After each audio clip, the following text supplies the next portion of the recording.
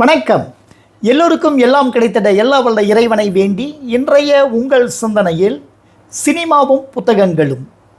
புத்தகங்கள் நம்மை எல்லையில்லா கற்பனை உலகத்திற்கு இட்டுச் செல்கிறது. ஆனால் சினிமா என்பது அந்த இயக்குனர் சொல்லியதை அந்த வட்டத்திற்குள் வைத்து கற்பனை செய்ய சொல்கிறது. அதனால்தான் அந்த ஹீரோக்கள் மேலே துப்பாக்கி குண்டு பாய்ந்தால் கூட அவர் இப்படி வளைந்து இப்படி நெளிந்து போகும் பொழுது கூட அவர் உயிரோடு இருக்கும் போதும் 50-60 அடியாட்கள் வந்து இவரிடம் சண்டை போட்டாலும் அந்த ஒருவராக அந்த 50 பேரையும் அடித்து வீழ்த்துவதையும் நம்ம ரசிக்க முடிகிறது. காரணம், நம்மை ஒரு கட்டுப்பாட்டுக்குள் அந்த சினிமா நம்மை புதைத்து விட்டது. புத்தகங்கள் அப்படியல்ல, இந்த உலகத்தையே நம் வலம் வரச் செய்யும்.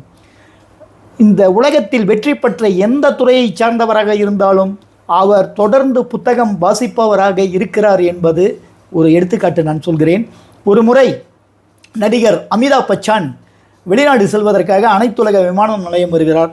அவர் வந்தவுடனே எல்லோரும் ஓடி வந்து கை குலுக்கி அவரோடு செல்ஃபி படம் எடுத்துக்கிறாங்க. ஏன்னா அவர் உலக மக்களால் அறியப்பட்ட ஒரு மிகச்சிறந்த நடிகர் அல்லவா. அப்புறம் அவர் விமான நிலையத்திற்குள் விமானத்திற்குள் சென்றவுடன் கூட அங்கு வேலை செய்யும் பணிப்பெண்கள் அவரோடு செல்ஃபி எடுத்துக்கொள்வதும் கை குலுக்குவதும் அவரோடு சந்தோஷமாக தங்களை அடையாளப்படுத்திக் கொள்வதும் தாங்கள் மிகப்பெரிய அவரது ரசிகர் என்று சொல்லிக்கொள்வதுமாக இருந்தார்கள். அவர் போய் உட்கார்ந்தவுடன் பக்கத்தில் பார்க்கிறார். ஒருவர் அவர் பாட்டுக்கு புத்தகம் படிச்சுக்கிட்டு இருக்கிறாரு.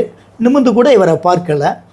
இவர் மனசு கேட்காம அமிதாப் பச்சன் அவரிடம் சொல்கிறாரு, எக்ஸ்கியூஸ் மீ, நான் தான் நடிகர் அமிதாப் பச்சன் அப்படின்னு பெருமையோடு சொல்கிறாரு.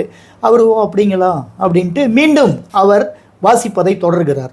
இவரால் பொறுக்க முடியல. என்ன, உலகமே நம்மளை தெரிஞ்சிருக்கு, இவர் பக்கத்தில் உள்ளவர் இப்படி நம்மளை அலட்சியப்படுத்துகிறாருன்னு சொல்லி என் படத்தை ஏதாவது பார்த்துருக்கிறீங்களான்னு, நான் ஒன்றும் படத்தை பார்த்ததில்லை அப்படின்றாரு.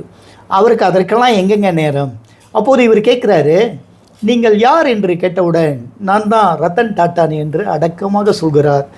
உடனடியாக அமிதாப் பச்சன் எழுந்து கை கூப்பி அவருக்கு வணக்கம் சொல்லி அவரிடம் உரையாடுகிறார்.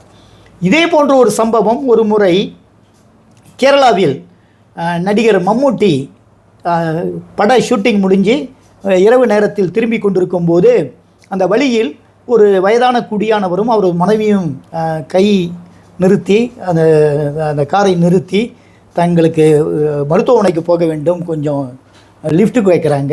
அவரும் ஏற்றிக்கிட்டு போகிறாரு. போகும்பொழுதெல்லாம் அவர் கணச்சிக்கிட்டு தான் மம்முட்டி தன்னிடம் என்ன இவங்க உண்மையை பேச மாட்டேன்றாங்களேன்றது அந்த ஆதங்கத்தோடு இருக்கின்றார். போய் இடம் சேர்ந்த உடனே அந்த குடியானவர் அதற்கான ஒரு கட்டணத்தை அவரிடம் கொடுக்குறார். இல்லை அதெல்லாம் வேணாம், நான் பெரிய நடிகன் மம்முட்டி, கேரளாவின் நடிகர்களில் நான் ஒரு மிகச்சிறந்தவன் என்று சொல்கிறார். அதற்கு அப்படியா, ஏன் என் படத்தை நீங்கள் பார்த்தது இல்லையானோன்னு, அதுக்கெல்லாம் எங்களுக்கு நேரம் இல்லைங்கன்றார் அந்த குடியானவர்.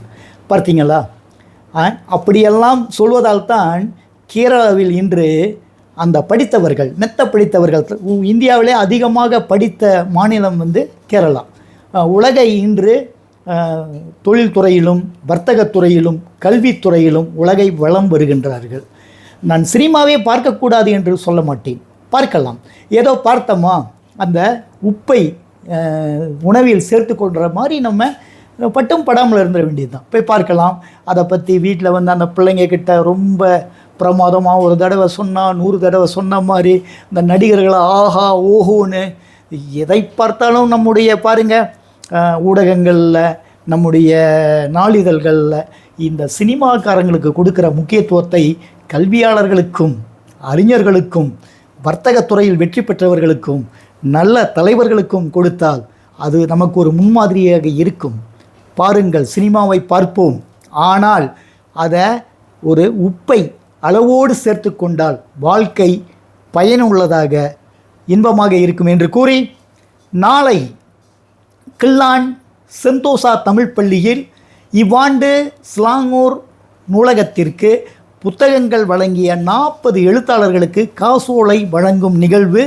ஆக புத்தகங்கள் இவ்வாண்டு அனுப்பிய 33 பிரதிகள் அனுப்பிய எழுத்தாளர்கள் அதற்குரிய தொகையை நாளை வந்து கில்லான் சந்தோஷா தமிழ் பள்ளியில் பெற்றுக்கொள்ளுங்கள்.